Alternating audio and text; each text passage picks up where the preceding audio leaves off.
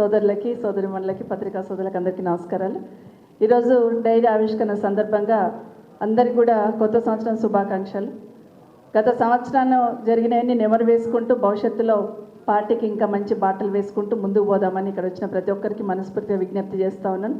కేసీఆర్ గారి నాయకత్వంలో తెలంగాణ ఉద్యమం స్టార్ట్ అయినప్పటి నుండి కేసీఆర్ గారితో 2000లో నడవలేకపోయినా ప్రతిపక్షాలు ఆ రోజు రూలింగ్ పార్టీలో ఉండి కూడా ఉద్యమాన్ని దగ్గరగా చూసిన దాన్ని నేను. ఎందుకంటే ఒక్కొక్క అడుగులో ఒక్కొక్కరు ఏ విధంగా ఇబ్బంది పడ్డారు, ఇక్కడున్న చాలామంది చైర్మన్లు పిల్లలందరూ కూడా అప్పుడు యంగ్స్టర్స్ ఏ విధంగా ఉద్యమాలు చేసేవాళ్ళు, ప్రాణాలకు తెగించి కూడా ఏ విధంగా పరిగెత్తేవాళ్ళు అనేది ఆ రోజు నేను చూశాను.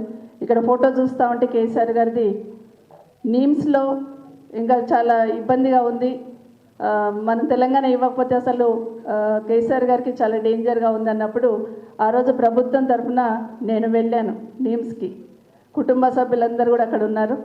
వెళ్ళి అన్న మీరు విరమించుకోండి అని అడిగినప్పుడు ఒకటే మాట అన్నారు. ఆ కళ్ళల్లో నీళ్లు సుడులు తిరుగుతూ ఉంటే నాకు పదవులు ముఖ్యం కాదమ్మా, పార్టీ ముఖ్యం కాదమ్మా, తెలంగాణ వస్తే చాలుగా ఒక్కటి ఇన్ఫామ్ చేయండి అమ్మా పైకి అన్నారు. అదే మాట ఆ రోజు నా ముఖ్యమంత్రి గారికి వెళ్ళి చెప్పాను నేను. ఇలా ఉంది, ఇలా చెప్పారు, మనం స్పందించకపోతే ఇబ్బంది ఏర్పడుతుంది అని చెప్పాను. నిజంగా అవన్నీ నెమరు వేసుకుంటున్న సందర్భంలో ఎన్నో ఒడిదుడుకులు ఎదుర్కొని రాష్ట్రాన్ని సాధించుకోవడమే కాకుండా రాష్ట్రాన్ని 10 సంవత్సరాలలో సొంత ఇంటిని ఏ విధంగా అయితే ఒక్కొక్కటి సర్దుకుంటూ పోతూ ఉంటామో, సొంత ఇంటిలో కుటుంబ సభ్యులను ఏ విధంగా ఒక్కరొక్కరిని ఉమ్మడి కుటుంబం ఉంటే బాగు చేసుకుంటూ పోతామో ఆ విధంగా 10 సంవత్సరాలు కేసీఆర్ గారు తపన ఆరాటం ఈరోజు తెలంగాణ రాష్ట్రాన్ని దేశంలో మొదటి స్థానంలో నిలబెట్టిందని మాత్రం అందరం కూడా అంగీకరించాల్సిన అంశం. ఒకటి ఆలోచిస్తూ ఉంటే ఇలా స్కీమ్స్ అని చదువుతూ ఉంటాయి.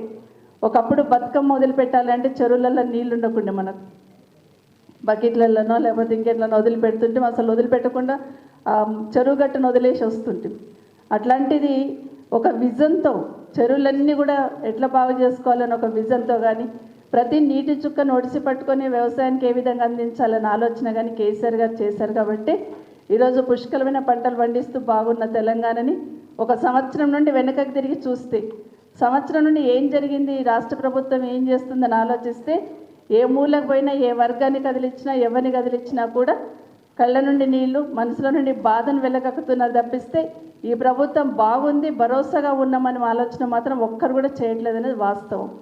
అదే విషయాన్ని గత సంవత్సరాలంతా కూడా ఇక్కడ చూస్తూ ఉంటే మా అక్క చెల్లెలందరూ కూర్చుంటే ఇక్కడ అందరు నాకు మొన్న హైదరాబాద్ కూర్చున్న మా హైదర్షాకోట నుండి వచ్చిన మహిళా సోదరి మనలో ఏడుపు నాకు కనిపిస్తూ ఉంది. నిజంగా రోజు వాళ్ళు ఇక్కడికి వచ్చి ఒకరొకరు ఏ విధంగా బాధపడ్డారనేది చూస్తున్నాం. అట్లాంటి ప్రతి దాంట్లో మేమున్నామని భరోసా కేసీఆర్ గారి నాయకత్వంలో కేటీఆర్ గారు కానీ హరీష్ రావు గారు కానీ మిగతా అందరూ కూడా కల్పించే ప్రయత్నం చేసిన విషయాన్ని ఒకసారి గుర్తు చేసుకుంటూ అది నిజంగానే తట్టుకోలేక ఈరోజు ఈ ప్రభుత్వం ఏదో ఒక రకంగా మాట్లాడుతున్న గొంతులని ముందుండి నడిపిస్తున్న నాయకులను ఇబ్బంది పెట్టాలనే ప్రయత్నం చేస్తున్న విషయాన్ని మనం గమనిస్తూ ఉన్నాం. పెద్దలు ఈశ్వర్ గారు చెప్పినట్టు ఖచ్చితంగా ఎట్లాంటి ఒడిదుడుకులు వచ్చినా కూడా ఒకరొకరు ఒక కేసీఆర్ లాగా తయారై ఖచ్చితంగా ఈ ప్రభుత్వానికి బుద్ధి చెప్తూ ప్రజలకు భరోసా ఇస్తూ ప్రజలకు అండగా ఉంటూ పార్టీకి ముందుండి నడిపించాల్సిన బాధ్యత ప్రతి ఒక్కరి మీద ఉంది. ప్రతి ఒక్కరి కింది స్థాయి మెంబర్షిప్ తీసుకున్న ఒక అభిమానితో పాటు కార్యకర్తలందరి మీద కూడా ఉందని కూడా మరొకసారి మనవి చేస్తూ, మనందరికీ తెలుసు కేటీఆర్ గారిని ఏ విధంగా ఇబ్బంది పెట్టాలనుకుంటున్నారో ఒకసారి మనం అందరం గమనిస్తే ఒక్కసారి కాంగ్రెస్ పార్టీ ప్రభుత్వం గ్రాఫ్ పడిపోతుంది అన్నప్పుడు మెల్లిగా ఫోన్ ట్యాపింగ్ అంటారు. అక్కడ ఏముంటుంది, ఒకరోజంతా చర్చ నడిపిస్తూ ఉంటారు. ఎక్కడైనా ఇబ్బంది అవుతుంది ప్రభుత్వానికి అన్నప్పుడు కాళేశ్వరం తీసుకొస్తూ ఉంటారు. ఏదో ఒక రకంగా డైవర్ట్ చేయాలి. డైవర్షన్ పాలిటిక్స్ అనేది మనం కాదు, కింద గ్రామీణ ప్రాంతాలలో పెద్దమ్మలు మాట్లాడుతున్నారు. ఒకటి మాట్లాడుతుంటే ఇంకోటి తీసుకొచ్చి పెడతాడు ఈయన అని చెప్పి ఏదైనా చదువుకోలేని పెద్దమ్మలు కూడా తిడుతున్న విషయాన్ని మనం గమనిస్తూ ఉన్నాం. ఏదో ఒక రకంగా డైవర్ట్ చేయాలనే ప్రయత్నం. మొన్నైతే రైతు భరోసాకు సంబంధించి ప్రశ్నిస్తారని ఒకే ఒక దాన్ని డైవర్ట్ చేయడానికి కేటీఆర్ గారి కేసు కూడా ముందు తీసుకొచ్చిన విషయాన్ని మనం గమనిస్తూ ఉన్నాం. మనందరికీ తెలుసు ఆ కేసులో ఏమీ లేదని. నా మనవాడు 10 years ఉంటాడు. వాడిని నా టీవీలో చూస్తూ కేటీఆర్ గారి గురించి చూస్తున్నప్పుడు ఎందుకు అరెస్ట్ చేస్తారు నాని అని అడిగాడు.